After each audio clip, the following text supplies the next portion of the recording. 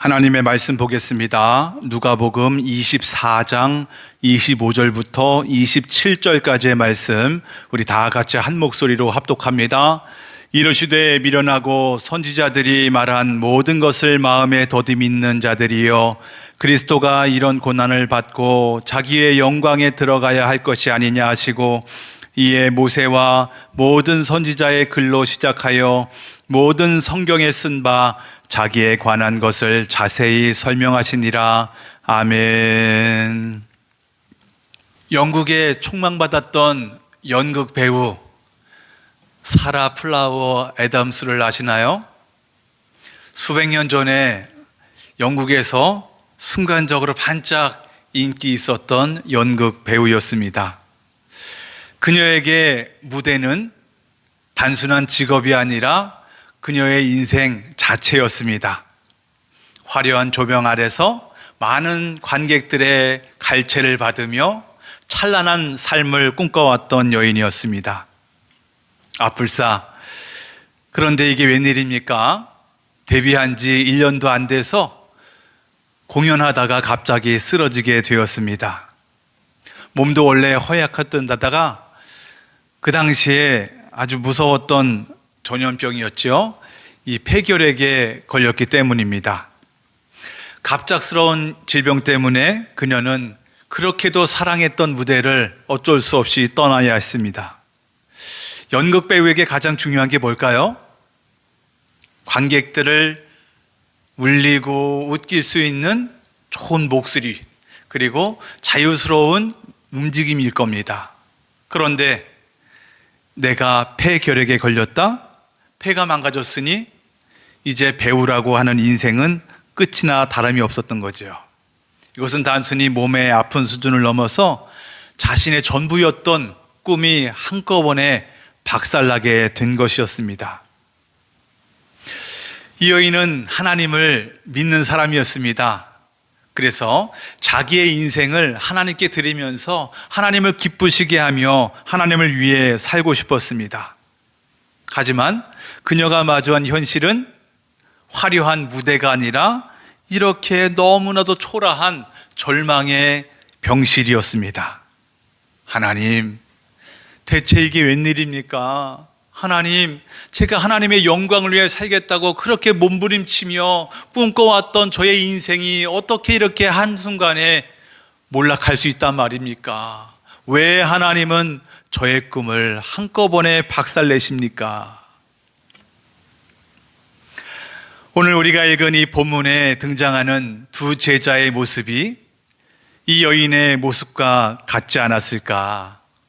아니, 어쩌면 이 자리에 앉아있는 여러분과 저의 인생을 이야기해주고 있는 것이 아닌가 상상해 보았습니다. 오늘 본문의 두 제자는 엠마오로 가는 두 제자였습니다. 이 사람들은 며칠 전에 이스라엘의 최대의 절기 중에 하나였던 이 유월절을 지키기 위해서 예루살렘에 올랐습니다. 그곳에서 얼마나 큰 기대를 걸었는지 몰라요. 왜요? 그동안 몇 년 동안 멋지게 사역하시는 예수님의 소식을 듣고 예수님의 말씀을 듣고 예수님의 기적을 다 보았어요. 야, 이제 드디어 예수님이 예루살렘에 입성했으니까 이제 이 나라를 완전히 뒤집겠구나, 우리의 인생이 완전히 뒤집혀지겠구나, 얼마나 기대했는지 몰라요. 하지만 정작 그들이 본 게 뭡니까? 왕좌가 아니라 처참한 십자가였습니다. 화려한 왕의 모습이 아니라 싸늘한 죽음이었습니다. 그들의 주님을 향한, 하나님을 향한, 신앙을 향한 그 뜨거웠던 마음이 순식간에 차갑게 식어버렸습니다. 오늘 본문 17절에 보면 그들의 상태를 이렇게 증언하고 있는데요, 우리 다 같이 읽어보겠습니다. 시작.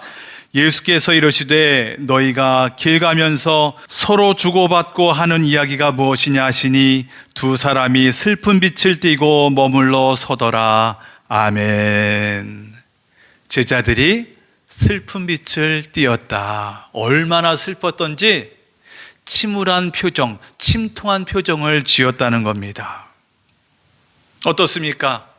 여러분, 우리도 그럴 때가 있지 않습니까? 우리는 분명 하나님을 믿는 신앙이 있습니다. 기도도 멈추지 않았습니다. 하나님이 살아계신 것도 분명 너무나도 잘 알고 있습니다. 그런데 갑자기 내 삶이 삐걱거리기 시작한 거예요. 건강 하나는 자신했는데 어느 순간부터 이곳저곳 망가지기 시작합니다. 내가 그렇게 애지중지 키워왔던 자녀가 그 인생 앞길이 활짝 대로가 열려야 되는데 자꾸 이 모양 저 모양으로 막히는 것 같아요. 내 평생 읽어왔던 삶의 터전이 뿌리채 흔들리기 시작합니다. 그럴 때 우리는 어떻게 합니까? 분명 내 안에 주님 모셨어요. 내 안에 계시지만, 하나님을 향한 믿음이 있지만, 오늘 본문의 제자들처럼 침울한 표정을 지은 채 나도 모르게 엠마오라고 하는 저 도피처로 터덜터덜 걸어가고 있는 것은 아닐까. 주님이 분명 부활하셨습니다 라고 하는 소식은 들었어요. 정작 내 삶에 펼쳐진 현실을 보면 십자가밖에 보이지 않아요. 그러니까 나는 어쩔 수 없이 이 모양 저 모양으로 끌려가는 것이죠. 주님은 바로 그런 우리에게, 아니 그런 제자들에게 임하시고 가까이 와 주셨습니다. 그렇게 힘들어하고 아파하고 슬픔에 잠겨 있는 제자들에게 드디어 입을 떼시는데요, 과연 우리 주님께서 그 무너진 인생 앞에, 슬퍼하는 인생 앞에 어떤 말씀을 해주고 계실까? 오늘 기대하는 마음으로 본문을 살펴보길 원합니다. 지도를 한번 볼까요?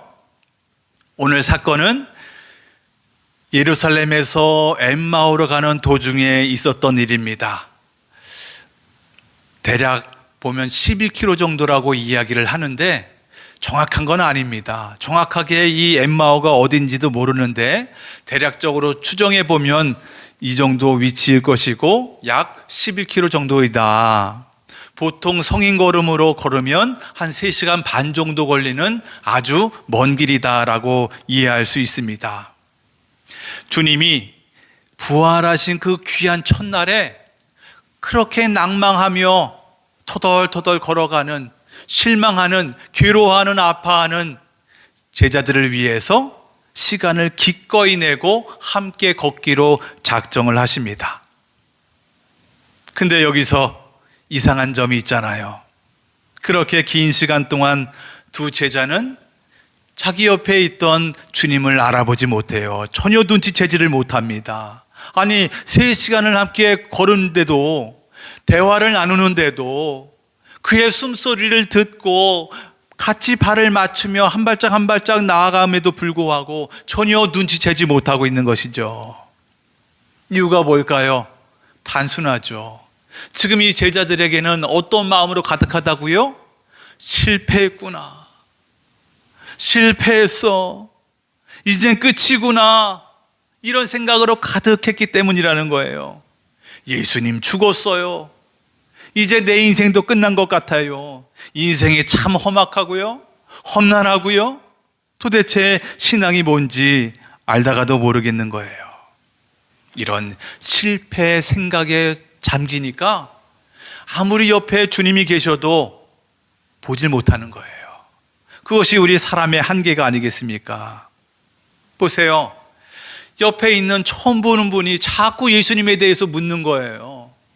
나는 슬퍼 죽겠는데 눈치도 없이 계속해서 묻는 거예요. 그러다 보니까 며칠 전에 돌아가신 예수님의 그 처참한 그 모습이 상상이 되는 거죠. 너무도 비참하게 돌아가신 그 예수님, 더 슬프고 괴로운 거예요. 그들의 마음은 이미 식을 만큼 식어서 아주 차짓한 얼음처럼 그렇게 식어버린 상태였죠. 그렇게 시간이 몇 시간이 흘렀어요.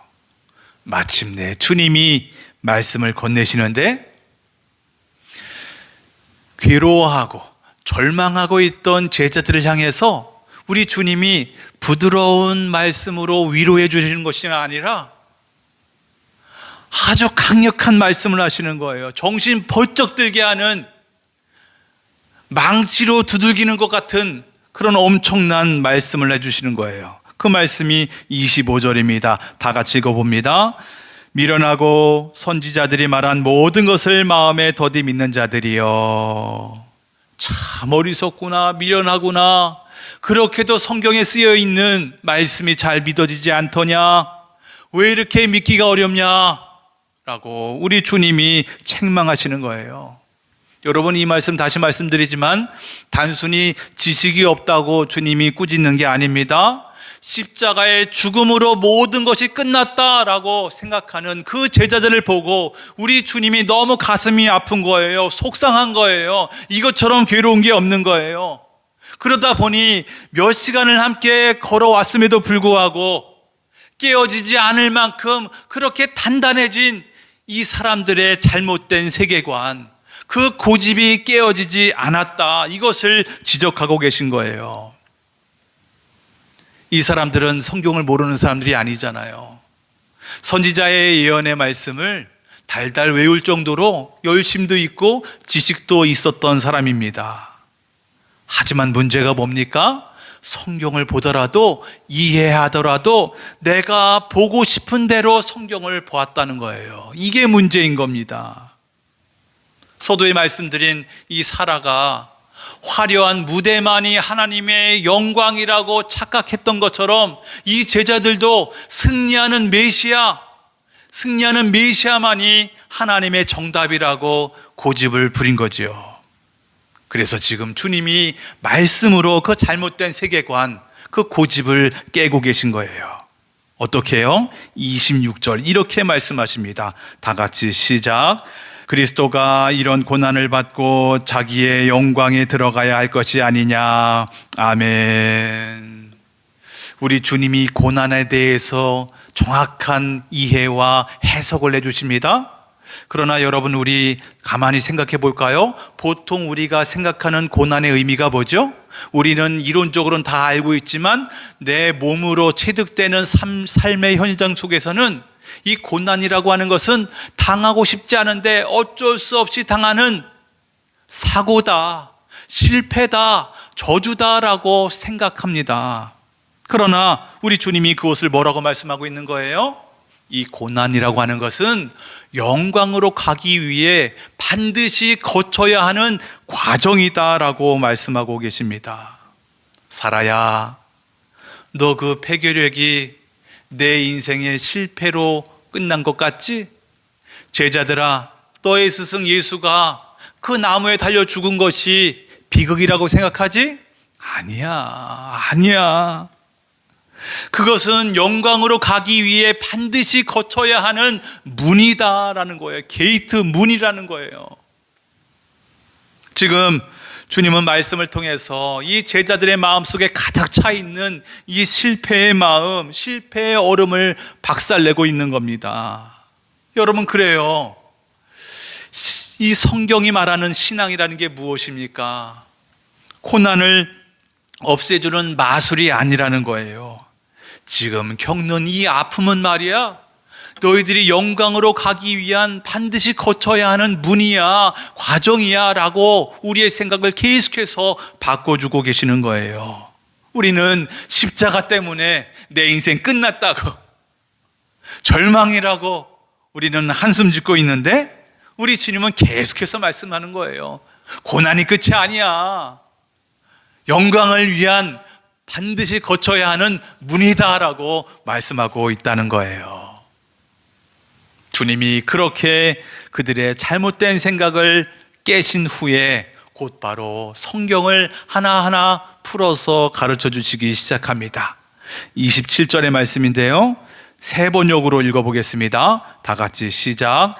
예수께서는 모세와 모든 선지자에서부터 시작하여 성경 전체에서 자기에 관하여 써놓은 일을 그들에게 설명하여 주셨다. 아멘. 여러분, 이 말씀을 우리가 좀 상상해 볼까요? 예수님이 길 위에서 두 제자들에게 구약의 말씀을 인용하면서 직접 말씀을 가르쳐 주시는 거예요. 여러분, 말씀의 저자이신 예수님이 직접 직접 가르쳐 주신다? 지상 최고의 성경 공부 시간이라고 이야기할 수 있을 겁니다. 과연 우리 주님이 어떤 말씀을 통해서 가르쳐 주셨을까요? 한번 상상의 나래를 펴보는 겁니다. 아마 주님이 첫 번째 말씀하신 게 창세기 22장이 아닐까 생각이 됩니다. 사랑하는 제자들아, 사랑하는 얘들아, 너희들 창세기 22장 말씀 기억나지? 아브라함이 그 아들 이삭을 바치려 하려고 했던 그 사건 기억나? 거기서 어떤 게 기억나? 아브라함의 위대한 믿음? 좋아, 맞아. 그것도 좋은 거야. 그러나 너희들 한번 이삭 대신 죽은 수장에 대해서 주목할 필요가 있다. 한번 곰곰이 생각해 봐라. 아버지, 번제할 양이 어디 있어요? 라고 묻는 이삭 앞에서 그 아버지 아브라함의 마음이 얼마나 속상하고 괴롭고 정말 찢어지는 슬픔이었을 거예요. 근데 하나님이 그걸 아시고 이삭 대신 풀숲에 걸려버린 수양 한 마리를 준비해 두셨어요. 그러면서 주님이 말씀하시죠. 잘 봐봐. 제단 위에 꽁꽁 묶여서 죽음의 시간을 기다렸던 이 이삭이 수양을 봤을 때 어떤 생각이 들었을까? 아, 저 양이 나 대신 죽었구나. 저 양 때문에 내가 살게 되었구나. 이삭은 그때 죽었다가 다시 살아난 것이나 다름없었을 거죠. 우리 주님이 그 수장을 통해서 아마도 십자가를 설명하셨을 겁니다. 얘들아, 이삭 대신 죽은 그 수장을 자세히 봐라.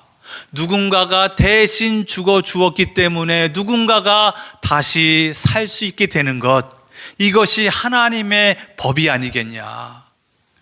너희가 지금 비참한 실패라고 생각하는 나의 십자가가 너희를 살리기 위한 그 수장의 자리야. 이렇게 말씀해 주셨을 겁니다. 계속해서 이어서 우리 주님이 말씀하셨을 거예요. 봐라, 내가 죽어야 너희가 사는 것 아니겠냐. 내가 고난을 받아야 너희들이 영광을 얻는 것, 이것이 하나님이 오래 전부터 너희들을 위해서 준비해 오신, 계획해 오신 구원의 길이다. 얘들아, 이 말씀만 있니? 혹시 민수기 21장 기억 안 나? 광야에서 이스라엘 사람들이 죄를 범해가지고 뱀에 물려 죽어갈 때 저 장대에 매달린 노뱀을 바라보면 사는 것처럼 십자가에 달린 나를 바라볼 때 너희가 살 수 있는 거다. 이것뿐이냐? 이사야 선지자의 예언을 기억해? 이사야 53장 5절 세 번역으로 읽어보겠습니다. 그가 찔린 것은 우리의 허물 때문이요 그가 상처를 받은 것은 우리의 악함 때문이다. 그가 징계를 받음으로써 우리가 평화를 누리고 그가 매를 맞음으로써 우리의 병이 나았다. 아멘. 여러분, 이 말씀을 제자들이 들었을 때 얼마나 마음이 울컥했겠습니까? 아, 이거구나. 아, 이거였어. 온몸에 전율이 왔을 겁니다. 그래요. 정말 지금까지는 이 사람들에게 십자가는 그저 예수님이 힘없이 돌아가신 사고였고 실패라고 생각했을 겁니다. 그런데 지금 주님의 말씀을 듣고 보니까 이 십자가라고 하는 것은 나를 살리기 위해 하나님께서 오랫동안 준비해 주신 사랑의 도구였구나 라고 하는 것을 깨달았으니 얼마나 감사하고 정말 행복했겠습니까? 전율이 왔겠습니까? 그래서 이 두 제자가 서로 얼굴을 쳐다보며 소리쳤을 거예요. 어떻게 해요? 이렇게 32절 우리 다 같이 읽어보겠습니다. 시작. 그들이 서로 말하되 길에서 우리에게 말씀하시고 우리에게 성경을 풀어주실 때에 우리 속에서 마음이 뜨겁지 아니하더냐 하고. 아멘. 마음이 뜨겁지 아니하더냐. 아멘. 여러분, 단순히 기분이 좋아졌다는 것이 아니에요. 말씀의 불이 임하니까, 말씀의 불이 그렇게 차디찼던 식었던 그들의 심령 속에 말씀의 불이 임하니까 그들의 불신, 그들의 절망이 한꺼번에 불태워졌다는 거예요. 그 제자들의 얼음 같았던 마음이 녹기 시작합니다. 가슴이 터질 듯 했다는 거예요. 아, 이 십자가가 실패가 아니구나. 내 생각에는 이 실패였는 줄 알았는데 이 십자가가 나를 살리는 하나님의 사랑이었구나. 우리 주님의 계획이었구나. 실패했다고 생각해서 너무나도 우울했는데 이 말씀 한마디에 순식간에 내가 사랑받는 주의 자녀구나 감격에 휩싸였다는 거예요. 여러분, 이것이 바로 말씀의 힘입니다. 우리 주님의 말씀의 힘의 능력입니다. 여러분, 그동안 이 사람들이 얼마나 허탈해했습니까? 몇 년 동안 내 모든 것을, 내 인생의 모든 것을 다 포기하고 주님을 따랐는데 지금 보니까 아무것도 남는 게 없는 거예요. 이제 내가 앞으로 어떻게 살아야 할까? 너무도 막막한 거예요. 아무것도 할 수 없는 무기력한 그 상황만 내게 주어진 처참한 거죠. 그랬다가 지금 주님의 말씀을 들으니까 도망치고 싶었던 마음에 불일 듯한 사명감이 일어나는 거예요. 이야, 그렇구나. 내 인생이 헛수고가 아니었어. 다시 시작할 수 있겠어. 말할 수 없는 소망이 폭발했다는 거예요. 여러분, 분명 이 사람들의 상황은 단 하나도 변하지 않았습니다. 여전히 로마가 압제하고 있습니다. 여전히 가난해요. 나를 실패자라고 이 사람 저 사람 손가락질하고 불편한 시선을 냈던 그 사람들의 마음이 여전히 변치 않았습니다. 그럼에도 불구하고 한순간에 말씀의 불이 내 마음속에 임하니까 차디찼던 내 마음이 오히려 불타는 마음으로 가득 찼다. 이 말씀의 불이 병상에 누워있던 사라의 마음에도 그대로 임했습니다. 비록 배우라는 꿈이 꺾였어요. 결핵이라고 하는 절망 속에 있던 이 사라에게 주님의 말씀이 임했더니 사라의 가슴에도 드디어 불이 활활 타오르기 시작했다는 거예요. 병상에서 창세기를 읽다가 형을 피해 도망치던 야곱이 돌베개를 베고 자던 그 장면을 읽게 되었습니다. 야, 순간적으로 깨닫게 해주십니다. 야, 집을 떠나 홀로 광야에 버려진 야곱이 바로 나였구나. 나였어. 그런데 그 외롭고 힘겨웠던 자리가 오히려 하나님을 만나는 장소였구나. 여러분, 놀라운 진리가 깨닫게 된 거예요.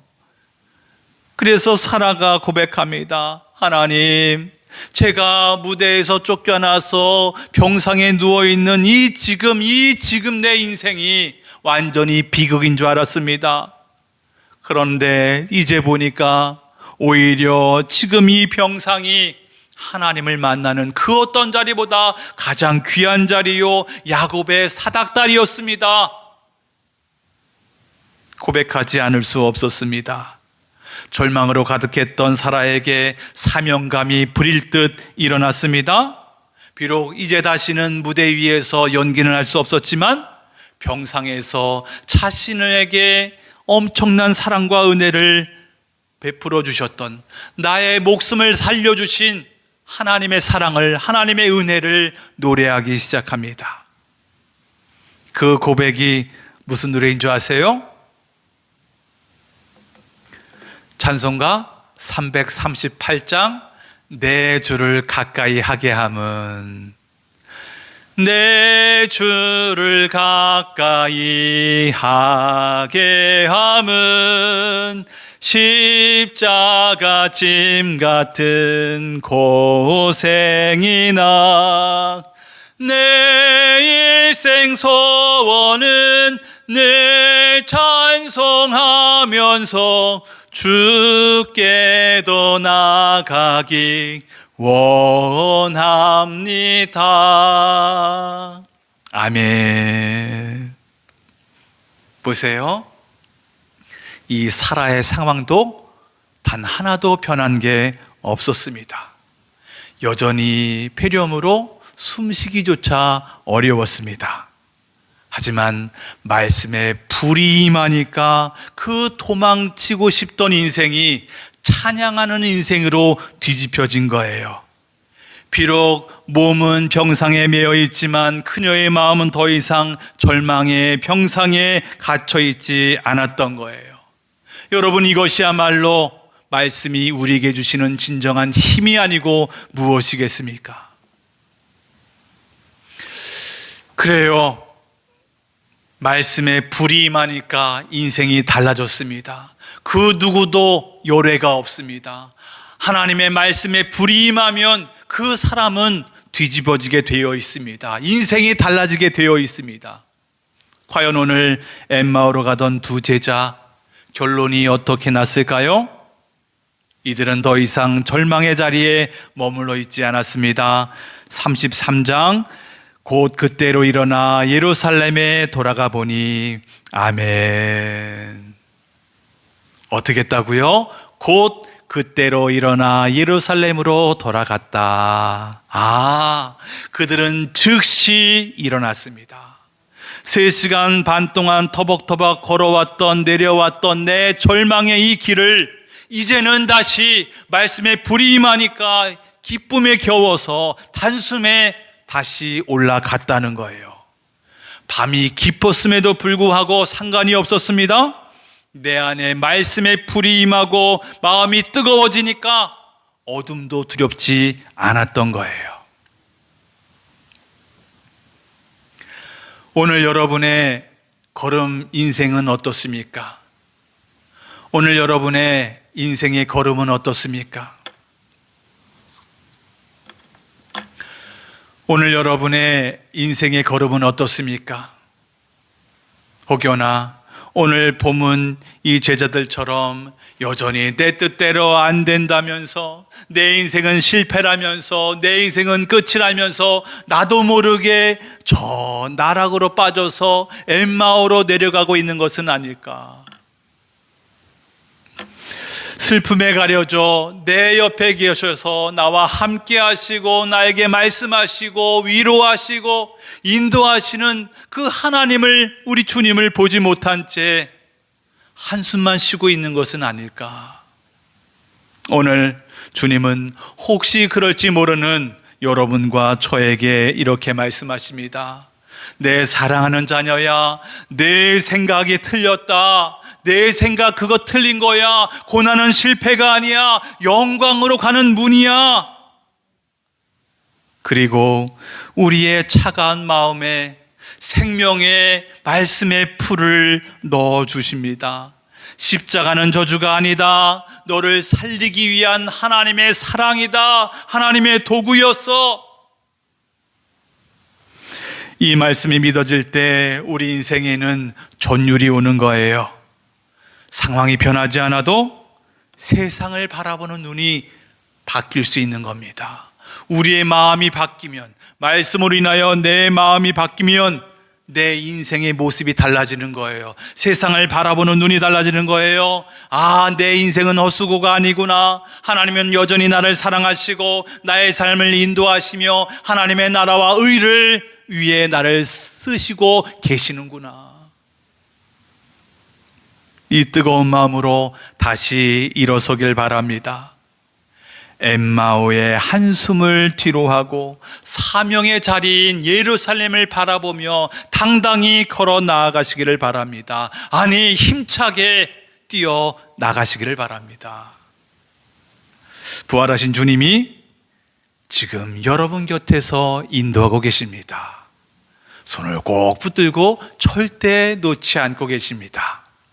이 믿음으로 내 앞에 주어진 길을 당당히 걸어 나아가는 여러분과 제가 되길 주의 이름으로 축복합니다.